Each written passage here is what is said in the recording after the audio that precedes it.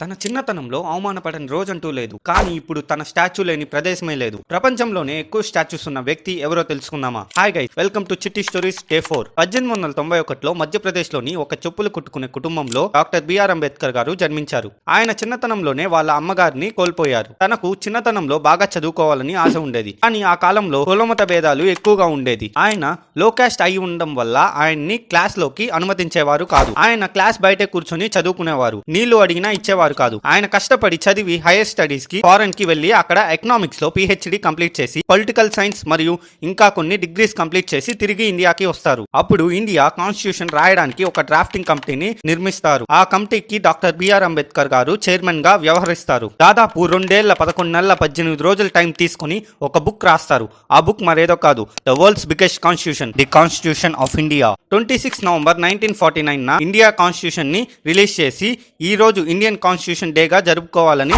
నిర్ణయిస్తారు.